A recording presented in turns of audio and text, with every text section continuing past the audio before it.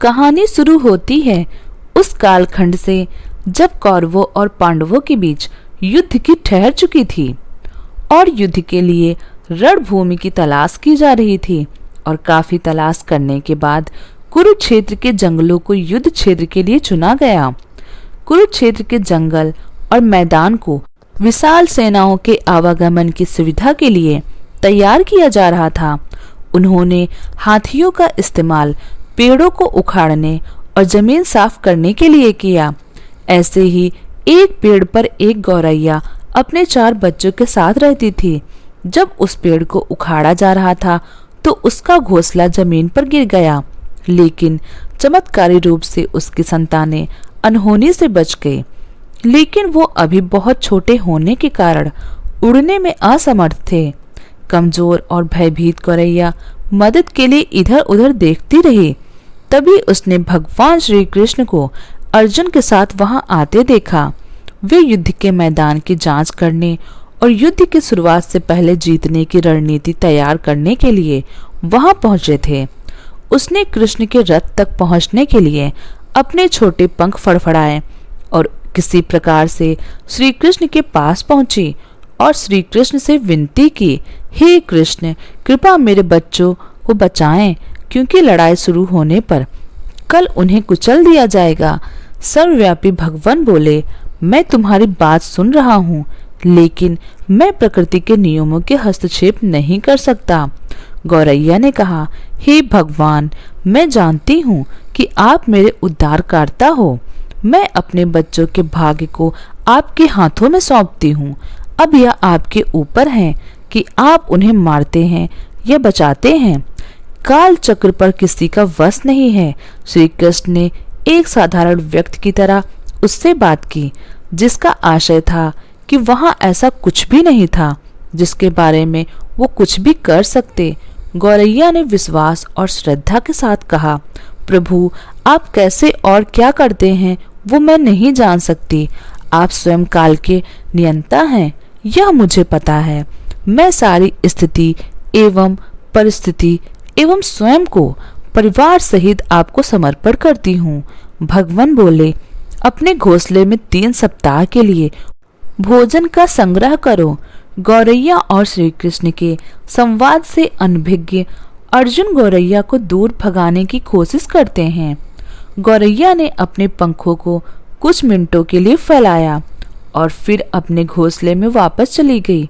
2 दिन बाद संघ के उद्घोष से युद्ध शुरू होने की घोषणा की गई। श्री कृष्ण ने अर्जुन से उनके धनुष और बाण मांगे। अर्जुन चौंके, क्योंकि कृष्ण ने युद्ध में कोई भी हथियार नहीं उठाने की शपथ ली थी।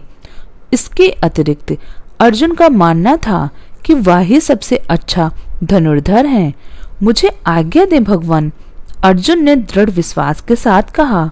मेरे तीरों के लिए कुछ भी अभेद्य नहीं है। चुपचाप अर्जुन से धनुष लेकर श्री कृष्ण ने एक हाथी को निशाना बनाया, लेकिन हाथी को मार के नीचे गिराने के बजाय तीर हाथी के गले की घंटी में जा टकराया और एक चिंगारी सी उड़ गई। अर्जुन यह देखकर अपनी हंसी नहीं रोक पाए कि कृष्ण एक आसान सा निशान चूक गए। क्या मैं प्रयास करूं?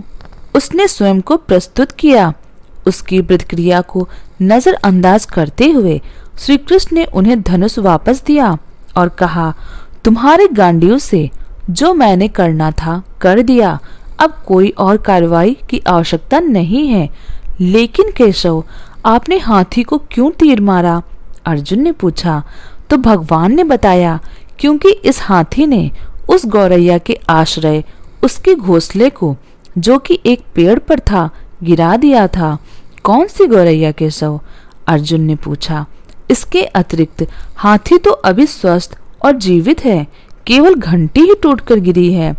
अर्जुन के सवालों को खारिज करते हुए श्री कृष्ण ने उसे शंख फूंकने का निर्देश दिया।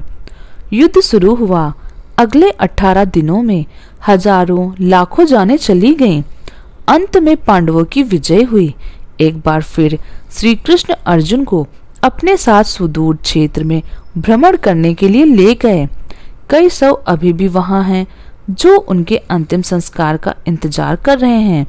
युद्ध का मैदान गंभीर अंगों और सिरों, बेजान पशुओं और हाथियों से अटा था। कृष्ण एक निश्चित स्थान पर रुके और एक घंटी जो कि हाथी पर बांधी जाती थी उसे देखकर विचार करने लगे।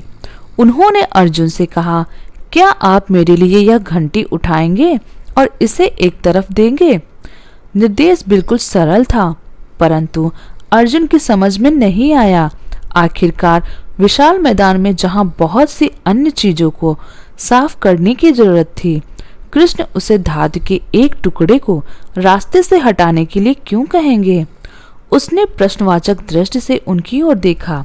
हाँ, यह घंटी, कृष्ण ने दोहराया। यह वही घंटी है जो हाथी की गर्दन पर पड़ी थी, जिस पर मैंने तीर मारा था। अर्जुन बिना किसी और प्रश्न के भारी घंटी उठाने के लिए नीचे झुका। जैसे उन्होंने उसे उठाया, उसकी हमेशा के लिए जैसे दुनिया बदल गई। 1 2 3 4 और 5 4 युवा पक्षियों और उसके बाद एक गौरैया उस घंटी के नीचे से निकले। बाहर निकल के माँ और छोटे पक्षी कृष्ण के इर्द गिर्द मंडराने लगे एवं बड़े आनंद से उनकी परिक्रमा करने लगे। 18 दिन पहले काटी गई एक घंटी ने पूरे परिवार की रक्षा की थी। मुझे क्षमा करें कृष्ण, अर्जुन ने कहा। आपको मानव शरीर में देखकर और सामान्य मनुष्यों की तरह व्यवहार करते हुए मैं भूल गया था कि आप वास्तव में कौन हैं।